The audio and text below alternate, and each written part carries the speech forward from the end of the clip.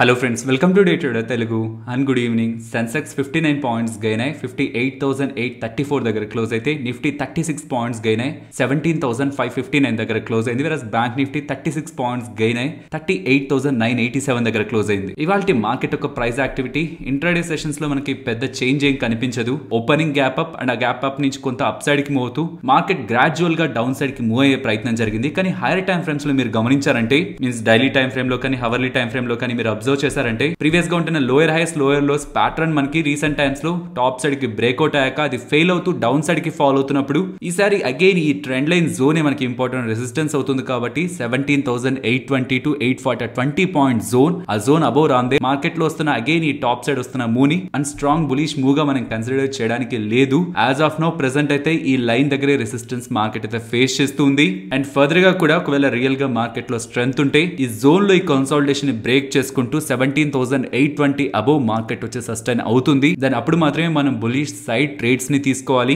Till then market లో ఒక range boundness ఆ డౌన్ సైడ్ ఫాల్ ఉండడానికి పాసిబిలిటీ ఉంది. అండ్ మార్కెట్ రిలేటెడ్ గా ఇంపార్టెంట్ డేటా పాయింట్స్ ని మాట్లాడుకోవాలి. నిన్న మన మార్కెట్స్ క్లోజ్ అయ్యాక US GDP data and jobless claims data update అయింది. జాబ్లెస్ క్లైమ్ కానీ అండ్ యూఎస్ జీడిపి కానీ ఎక్స్పెక్టేషన్స్ కంటే బెటర్ గా ఉంటున్నాయి. ఇది second consecutive week jobless claim data follow అవుతుండడం. సో ఈ టూ డేటా పాయింట్స్ ని కూడా మన మార్కెట్స్ రిలేటెడ్ గా పాజిటివ్ గానే తీసుకోవచ్చు. బట్ ఇక్కడ ఒక ఇంపార్టెంట్ పాయింట్ పర్టికులర్ గా ట్రేడర్స్ కి మెన్షన్ చేయాలనుకుంటున్నాను. కంటిన్యూస్ గా చాలా ఇయర్స్ పాటు మార్కెట్ లో ట్రేడింగ్ చేస్తూ వస్తున్నట్లయితే సెప్టెంబర్ అండ్ అక్టోబర్ మంత్స్ కొంత వోలటైల్ గా ఉంటాయనే విషయాన్ని మనం అర్థం చేసుకోవాలి. ఇప్పటి వరకు నా మార్కెట్ వోలటైలిటీ బిగ్ వోలటైలిటీ అనుకోవద్దు. ఈ సెప్టెంబర్ అండ్ అక్టోబర్ మంత్స్ లో ఇంకా మార్కెట్ వోలటైల్ గా ఉండడానికి ఛాన్సెస్ ఉన్నాయి. కాబట్టి ఈ ట్రేడింగ్ సెగ్మెంట్ లో ఉంటున్న ప్రతి ఒక్కరూ కూడా ట్రేడ్ చేస్తున్నప్పుడు ఒక proper stop loss and over excite అవ్వడం లేకపోతే మార్కెట్ రిలేటెడ్ గా రివెంజ్ తీర్చుకోవాలని ఓవర్ క్వాంటిటీస్ తో మాత్రం ట్రేడ్ చేయొద్దు. సెప్టెంబర్ అండ్ అక్టోబర్ మాత్రం కొంత కాషియస్ గా క్యాపిటల్ ప్రొటెక్షన్ మీదే ఎక్కువ ఫోకస్ ని ఉంచండి. ఎగ్జైట్మెంట్ లో over trading are revenge trading తో సెప్టెంబర్ అండ్ అక్టోబర్ మంత్స్ లో ఉంటున్న వోలటైలిటీలో మాత్రం ట్రాప్ అవ్వద్దు. అండ్ ఇవాళ మనకి మార్కెట్ ఎండ్ అయ్యాక యుఎస్ ఫెడ్ చైర్మన్ దగ్గర నుంచి కామెంట్స్ రావడానికి అయితే పాసిబిలిటీ ఉంది. ఫెడ్ చైర్మన్ గారు చేస్తున్న కామెంట్స్ నెక్స్ట్ మార్కెట్స్ ని ఎలా ఇంపాక్ట్ చేస్తుందో ఇవాళ అప్డేట్స్ వచ్చిన తర్వాత మనకు అర్థం అవుతుంది. అండ్ ఫ్రెండ్స్, వీడియోస్ రిలేటెడ్ గా మేము పెడుతున్న ఎఫర్ట్స్ మీకు వాల్యుబుల్ గా అనిపిస్తూ ఉంటే మన వీడియోని తప్పకుండా లైక్ చేయండి.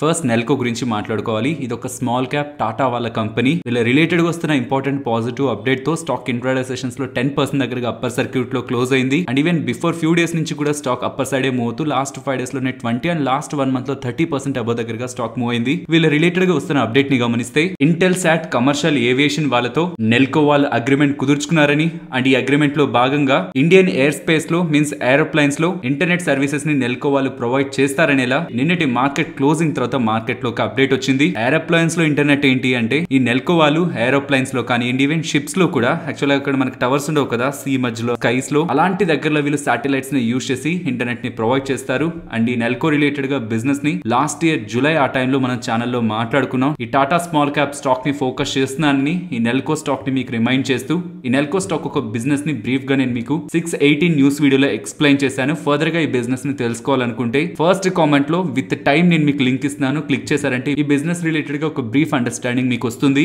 సో ఫ్లైట్స్ లో వెళ్తున్న వాళ్ళకి ఆ షిప్స్ లో వెళ్తున్న వాళ్ళకి అన్ఇంటరప్టెడ్ కనెక్టివిటీ ప్రొవైడ్ చేసే ఒక బిజినెస్ లో నెల్కో వాళ్ళు ఉన్నారు. అండ్ దీని రిలేటెడ్ గా గ్లోబల్ పార్ట్నర్షిప్స్ ని నెల్కో వాళ్ళు ఆల్రెడీ మెయింటైన్ చేస్తూ ఉన్నారు. నెక్స్ట్ 3 కంపెనీస్ రిలేటెడ్ గా కంబైన్డ్ గా ఒక అప్డేట్ ఉంది. దాని గురించి మాట్లాడుకుందాం. ఈ 3 కంపెనీస్ ఒక రిలేషన్ గురించి కూడా మాట్లాడుకుందాం. Zuari agro chemicals, Chambal fertilisers and chemicals, అలాగే మ్యాంగ్లూర్ కెమికల్స్ అండ్ ఫర్టిలైజర్స్. ఇవి మీకు డిఫరెంట్ గా కనిపించే 3 కంపెనీస్ స్టాక్ మార్కెట్ లో లిస్ట్ అయిన కంపెనీస్. కాకపోతే ఈ 3 కూడా ఒకే పర్సన్ కి సంబంధించినవి. Saroj Poddar Kolkata based entrepreneur group కి సంబంధించిన కంపెనీస్ ఈ 3. అండ్ ఇవాళ ఇంట్రాడే సెషన్స్ లో ఎందుకని Zuari agro 10% and Chambal fertiliser 6% దగ్గరగా ర్యాలీ అయ్యాయంటే జువారీ అగ్రో వాళ్ళు 2015 లో మ్యాంగ్లూర్ కెమికల్స్ ని అక్విజిషన్ చేశారు. నియర్ టు 54% దగ్గరగా వాటా మ్యాంగ్లూర్ కెమికల్స్ రిలేటెడ్ గా జువారీ అగ్రో వాళ్ళ దగ్గర ఉంది. అండ్ ఇప్పుడు సోర్సెస్ దగ్గర నుంచి వస్తున్న అప్డేట్స్ ప్రకారం ఈ మ్యాంగ్లూర్ కెమికల్స్ ని జువారీ అగ్రో వాళ్ళు వీళ్ళ సేమ్ గ్రూప్ కంపెనీ అయిన చంబల్ ఫర్టిలైజర్స్ వాళ్ళకి సెల్ చేయబోతున్నారని అండ్ ఇలా చంబల్ ఫర్టిలైజర్స్ వాళ్ళకి దాన్ని సెల్ చేస్తూ వస్తున్న మనీతో జువారీ అగ్రో వాళ్ళు వాళ్ళ డెట్ ని మీన్స్ వాళ్ళ అప్పుల్ని తగ్గించుకోవడానికి చూస్తారని ఇలా వస్తున్న అప్డేట్స్ తో ఫస్ట్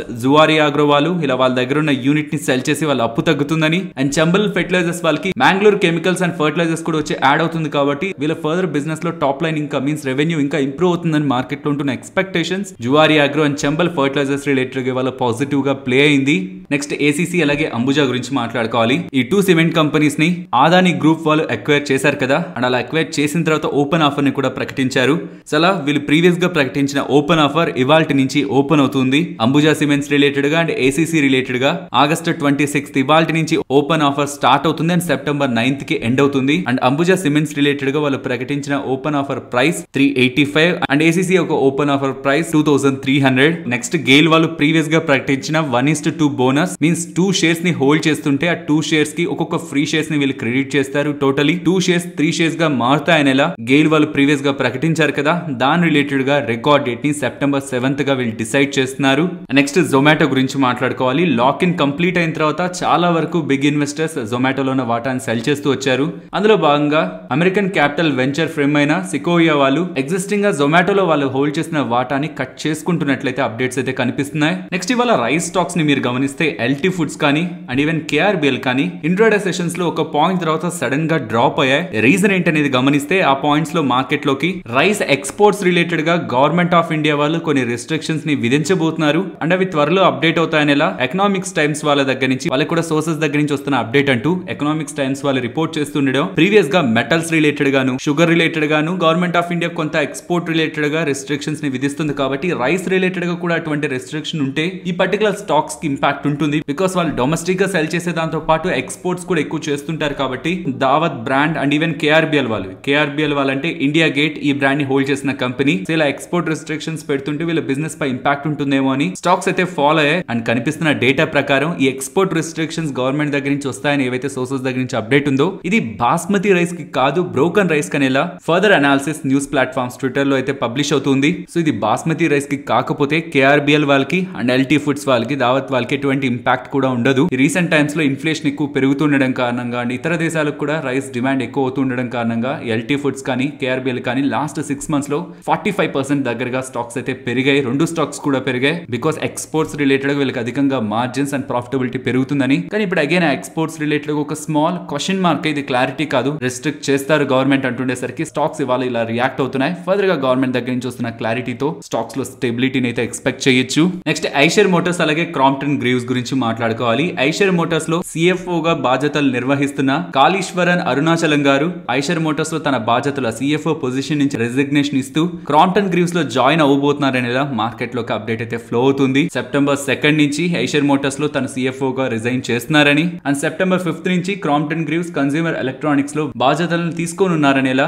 ఎక్స్చేంజెస్ కి ఐషర్ మోటార్స్ వాళ్ళు అండ్ క్రాంప్టన్ గ్రీవ్స్ వాళ్ళు ఫైలింగ్ అయితే చేశారు. ఆల్రెడీ ఆగస్టు 2021 లో రాయల్ ఎన్ఫీల్డ్ రిలేటెడ్ గా సిఇఓ బాధ్యతలు నిర్వహిస్తున్న వినోద్ దాసరి గారు తన రిజిగ్నేషన్ ఇచ్చారు. అండ్ తర్వాత ఇప్పుడు సిఎఫ్ఓ ఐషర్ మోటార్స్ రిలేటెడ్ గా రిజిగ్నేషన్ చేస్తుండేసరికి స్టాక్ ఇంట్రాడే సెషన్స్ లో ఇలా డౌన్ అవుతుంది. నెక్స్ట్ ఈ ఎన్డీటీవీ రిలేటెడ్ గా అదాని ఎంటర్ప్రైజెస్ వాళ్ళు కొనాలనుకుంటున్న వాటా రిలేటెడ్ గా ఒక స్టోరీ అయితే చాలా డేస్ నుంచి మనకి నడుస్తూనే ఉంది. ఫస్ట్ అప్డేట్ మనకి అదాని గ్రూప్ వాళ్ళు 29.18% వాటాని ఇండైరెక్ట్ గా ఎన్డీటీవీ రిలేటెడ్ గా రైజ్ చేస్తున్నారని ఫస్ట్ అప్డేట్ వచ్చింది. తర్వాత ఎన్డీటీవీ ప్రమోటర్స్ అదాని వాళ్ళు అలా చేయడానికి లేదు బికాస్ సెబీ వాళ్ళు 2020లో ఎన్డీటీవీ ఫౌండర్స్ ని సెక్యూరిటీ మార్కెట్స్ నుంచి బ్యాన్ చేశారు కాబట్టి ప్రెసెంట్ వీళ్ళు స్టేక్ ని ఎక్వైర్ చేయలేరనేలా ప్రమోటర్స్ దగ్గర నుంచి ఎన్డీటీవీ ప్రమోటర్స్ దగ్గర నుంచి అప్డేట్ వచ్చింది. And present again Adani enterprises వాళ్ళు చెప్తున్నది ఇక్కడ ఆర్ఆర్పిఆర్ అలాగే వీసీపీఎల్ వాళ్ళిద్దరి మధ్యలో ఉన్న కాంట్రాక్ట్ ని ఎక్సైజ్ చేస్తున్నారు కాబట్టి వారెంట్స్ ని ఎక్సైజ్ చేస్తున్నారు కాబట్టి ఇదేం స్టాక్స్ రిలేటెడ్ గా చేస్తున్న డీలింగ్ కాదు కాబట్టి దీనికి సెబీ రిలేటెడ్ గా అనుమతి నీడ్ లేదని and as per rules Adani వాళ్ళకి అక్విజిషన్ చేసే రైట్ ఉందనేలా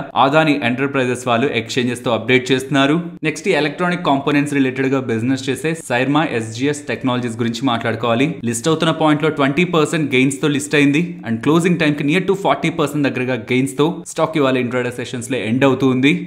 ట్రావెల్లో మీరు ఒకవేళ బుక్ సమరీని తెలుగులో వినాలనుకుంటుంటే కుకు ఎఫ్ఎం వాళ్ళు ఫేమస్ బుక్స్ తెలుగు ఆడియోతో వాళ్ళ యాప్ లో అందిస్తున్నారు. ఇవాల్టి book suggestion the legendary money manager అయిన పీటర్ లించ్ గారు రాసిన beating the street. Peter Lynch గారు ఎప్పుడు చెప్పేది మనం చూస్తున్న స్టాక్ ప్రైస్ కాదు, ఆ స్టాక్ వెనక ఒక కంపెనీ ఉంటుంది అండ్ ఆ కంపెనీ చేసే గుడ్ ఆర్ బ్యాడ్ థింగ్స్ వల్లే మనం చూస్తున్న స్టాక్ పెరుగుతూ ఉంటుంది తగ్గుతూ ఉంటుంది. కాబట్టి తను ఈ బుక్ లో ఒక రీటైల్ ఇన్వెస్టర్ ఎక్స్పర్ట్ లా ఎలా థింక్ చేయాలి, పర్టికులర్లీ స్టాక్స్ ని పిక్ చేసుకుంటున్నప్పుడు పోర్ట్ఫోలియోని బిల్డ్ చేసినప్పుడు అండ్ ఈవెన్ మ్యూచువల్ ఫండ్స్ ని సెలెక్ట్ చేసినప్పుడు కూడా ఎక్స్పర్ట్స్ అయితే ఏవేవి గమనించి అవి సెలెక్ట్ చేసుకుంటూ ఉంటారు అవన్నీ కూడా ఈ బుక్ లో స్టెప్ బై స్టెప్ ఎక్స్ప్లెయిన్ చేశారు. అండ్ ఈ ఎంటైర్ ఇంగ్లీష్ బుక్ ఒక తెలుగు ఆడియో మీకు ఈ కూకు ఎఫ్ఎం యాప్ లో దొరుకుతుంది.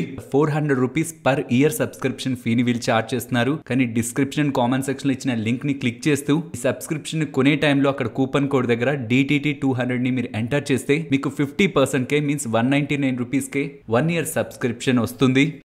నెక్స్ట్ మెటల్ స్టాక్స్ గురించి మాట్లాడుకోవాలి. ఇందులో 2 సెట్ ఆఫ్ మెటల్ స్టాక్స్ విడివిడిగా డివైడ్ చేయాల్సి వస్తుంది. మనం ఒక సెట్ లో NMDC, వేదాంత, శాండూర్ మ్యాంగనీస్ వీళ్ళు ముగ్గురు కూడా మైనర్స్, మైనింగ్ చేస్తుండే కంపెనీస్. ఇప్పుడు వస్తున్న update iron ore mining related గా సుప్రీం కోర్ట్ వాళ్ళు ప్రీవియస్ గా బళ్ళారి డిస్ట్రిక్ట్ లో 28 మెట్రిక్ టన్స్ మాత్రమే ఐరన్ ఓర్ ని మైన్ చేయాలనేలా ఒక క్యాప్ ని విధించారు. అండ్ ఆ క్యాపింగ్ అలా ఉండడం కారణంగా మైనింగ్ కంపెనీస్ అంతకు మించి మైన్ చేయడానికి అలో అవ్వలేదు. కాబట్టి ఈ మైనింగ్ క్యాప్ ని లిఫ్ట్ చేయాలనేలా సెంట్రల్ గవర్నమెంట్ అండ్ ఈవెన్ ఈ మైనింగ్ కంపెనీస్ కూడా సుప్రీం కోర్ట్ ని ఆశ్రయించాయి. ఇప్పుడు సుప్రీం కోర్ట్ వాళ్ళు 28 మెట్రిక్ టన్స్ నుంచి 35 మెట్రిక్ టన్స్ కి ప్రీవియస్ గా విధించిన మైనింగ్ క్యాప్ ని ఈజ్ చేస్తుండేసరికి ఈ ఐరన్ ఓర్ మైన్ చేస్తున్న కంపెనీస్ కి ఇది పాజిటివ్. సో వీళ్ళకి పాజిటివ్, వీళ్ళతో పాటు JSW స్టీల్ అలాగే కళ్యాణి స్టీల్ వాళ్ళకి కూడా పాజిటివ్. బికాస్ వీళ్ళు స్టీల్ తయారు చేయడానికి కావాల్సిన ఐరన్ ఓర్ ని ఇప్పటి వరకు వీళ్ళకి సంబంధించి కావాల్సినంత ఐరన్ ఓర్ వీళ్ళ రాష్ట్రంలోనే దొరికేది కాదు, ఇతర రాష్ట్రాల నుంచి వీళ్ళు తెప్పించుకోవాల్సి వచ్చేది. కానీ ఇప్పుడు ఈ మైనింగ్ క్యాప్ ని రిస్ట్రిక్షన్స్ ని ఈజ్ చేశారు కాబట్టి వీళ్ళకి కావాలనుకుంటున్న రా మెటీరియల్ వీళ్ళ సరౌండింగ్స్ నుంచే ఇప్పుడు వీళ్ళు తెప్పించుకోవచ్చు. కాబట్టి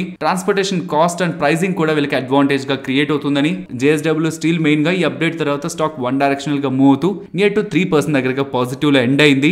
నెక్స్ట్ మోర్గన్ స్టాన్లే వాళ్ళు ఇక్కడ నుంచి అప్కమింగ్ ఇయర్స్ లో ఐటీ కంపెనీస్ కొంత స్లో గ్రోత్ తోనే గ్రో అవుతాయి, మీన్స్ ప్రీవియస్ గా ఉన్న ఎక్స్పెక్టేషన్స్ కంటే కొంత తక్కువగా గ్రో అవుతాయని వాళ్ళు భావిస్తూ కొన్ని కంపెనీస్ ఐటీ కంపెనీస్ రిలేటెడ్ గా టార్గెట్స్ ని డౌన్ గ్రేడ్ చేస్తున్నారు. అలా ఎగ్జిస్టింగ్ గా TCS, HCL technologies, Wipro, Mindtree, LT Infotech and Cyient related గా ఎగ్జిస్టింగ్ గా వాళ్ళు ఇచ్చిన టార్గెట్స్ ని కట్ చేస్తూ ఇప్పుడున్న వాల్యుయేషన్ లో అవి సస్టైన్ అవ్వలేవు, ఇంకా డౌన్ సైడ్ కొంత మూవ్ అవుతాయని చెప్తూ most of the IT space previous గా పర్ఫార్మ్ చేసినట్లు కాకుండా కొంత స్లో గ్రోత్ తోనే అప్కమింగ్ టైమ్స్ లో గ్రో అవుతుందని అండ్ ఐటీ స్పేస్ నుంచి వీళ్ళు పెద్ద రిటర్న్స్ ని ఎక్స్పెక్ట్ చేయట్లేదని మోర్గన్ స్టాన్లే వాళ్ళు అప్డేట్ చేస్తున్నారు. నెక్స్ట్ టాటా ఎలక్సీ గురించి మాట్లాడుకోవాలి. JP మోర్గన్ వాళ్ళు టాటా ఎలక్సీ రిలేటెడ్ గా అండర్ వెయిట్ రేటింగ్ ఇస్తూ టార్గెట్ ని 3900 గా కట్ చేస్తున్నారు. ఇప్పుడు స్టాక్ ట్రేడ్ అవుతున్నది 9300 దగ్గర, నియర్ టు 6000 రూపీస్ ఇక్కడ నుంచి ఫాల్ అవుతుందని వీళ్ళు ఎక్స్పెక్ట్ చేస్తూ దీనికి రీజన్ గా expensive valuations 85 times 1 year forward P లో ప్రెజెంట్ స్టాక్ ట్రేడ్ అవుతుందని.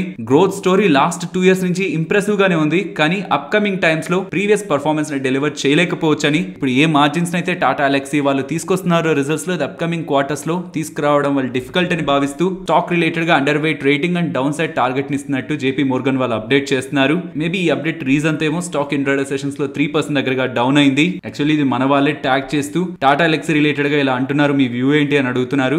రీసెంట్ టైమ్స్ లో రీసెంట్ క్వార్టర్ లో అన్ని ఐటీ స్టాక్స్ రిజల్ట్స్ ని మనం కంపేర్ చేస్తే చాలా కొద్ది ఐటీ స్టాక్స్ మాత్రమే మార్జిన్స్ లాస్ట్ క్వార్టర్ తో పోలిస్తే ఈ క్వార్టర్ లో బెటర్ గా తీసుకొచ్చాయి. అలాంటి స్టాక్స్ లో టాటా ఎలక్సీ కూడా ఒకటి. కాబట్టి యాజ్ ఆఫ్ నో చాలా స్ట్రాంగ్ పర్ఫార్మెన్స్ టాటా ఎలక్సీ దగ్గర నుంచి డెలివర్ అవుతూ ఉంది. వాళ్ళు చెప్తున్నది వాళ్ళ ఎక్స్పెక్టేషన్స్ ప్రకారం అప్కమింగ్ టైమ్స్ లో డెలివర్ అవ్వవేమో, ఇవే పీక్ నెంబర్స్, ఇక అక్కడి నుంచి కొంత డిక్లైన్ టు కొంత స్టాగ్నెంట్ ఫేజ్ రన్ అవుతుంటే ప్రెసెంట్ ఉంటున్న వాల్యుయేషన్స్ జస్టిఫై అవ్వవు కాబట్టి స్టాక్ పడుతుంది అంటున్నారు. వాళ్ళు చెప్తున్నదే జరిగితే మేబీ వాల్యుయేషన్ కరెక్షన్ తో స్టాక్ డౌన్ అవుతుందేమో, but as of no numbers లో కానీ ఈవెన్ మేనేజ్మెంట్ ఒక మాటల్లో కానీ అలాంటివి రిఫ్లెక్ట్ అవ్వట్లేదు. కాబట్టి ఎస్ టాటా ఎలక్సీ ఎక్స్పెన్సివ్ వాల్యుయేషన్ లోనే ఉంది, కానీ 3900 రూపీస్ కి వెళ్ళిపోతుందని వీళ్ళు మెన్షన్ చేసిన టార్గెట్ ప్రైస్ కి వాళ్ళు ఇస్తున్న జస్టిఫికేషన్స్ కి నాకు అంత సాటిస్ఫైడ్ గా అనిపించట్లేదు. ఇప్పటి వరకు మంచి నెంబర్స్ ని పోస్ట్ చేస్తూ ఉంది, బట్ అప్కమింగ్ టైమ్స్ లో నెంబర్స్ అలా ఉండవని వీళ్ళు భావిస్తూ అంత డౌన్ సైడ్ టార్గెట్ ని ఎక్స్పెక్ట్ చేస్తున్నారు. అలా జరిగితే ఏ స్టాక్ లైనా కరెక్షన్ డెఫినెట్లీ వస్తుంది, బట్ అలా కాక వీళ్ళు బెటర్ నెంబర్స్ ని పోస్ట్ చేస్తూ వెళ్తే దెన్ ఇదే ఎక్స్పెన్సివ్ వాల్యుయేషన్ లోనే మార్కెట్ చూస్తుందన్న విషయాన్ని కూడా మనం గుర్తుంచుకోవాలి.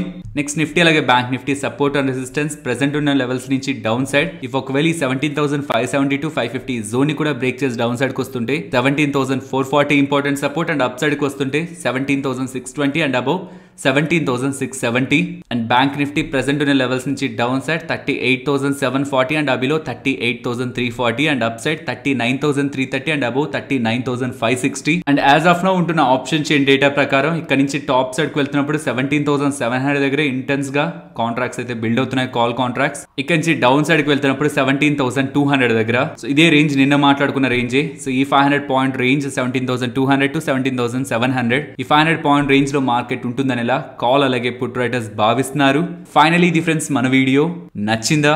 నచ్చితే మన వీడియోని లైక్ చేయండి ఫ్రెండ్స్. అండ్ ఈ వీడియో మన వాళ్ళకి యూజ్ అవుతుంది అనుకుంటే తప్పకుండా షేర్ చేయండి. అండ్ మన ఛానల్ ని సబ్స్క్రైబ్ చేయనట్లయితే ఛానల్లో ఉంటున్న కంటెంట్ ని గమనించండి. ఇఫ్ ఆ కంటెంట్ మీకు ఇంట్రెస్టింగ్ గా అనిపిస్తేనే ఛానల్ ని సబ్స్క్రైబ్ చేసి పక్కన ఉన్న బెల్ ఐకాన్ క్లిక్ చేయండి. మరొక ఇంట్రెస్టింగ్ వీడియోతో మళ్ళీ మీ ముందుకు వస్తాను. అంతవరకు టేక్ కేర్. జై హింద్.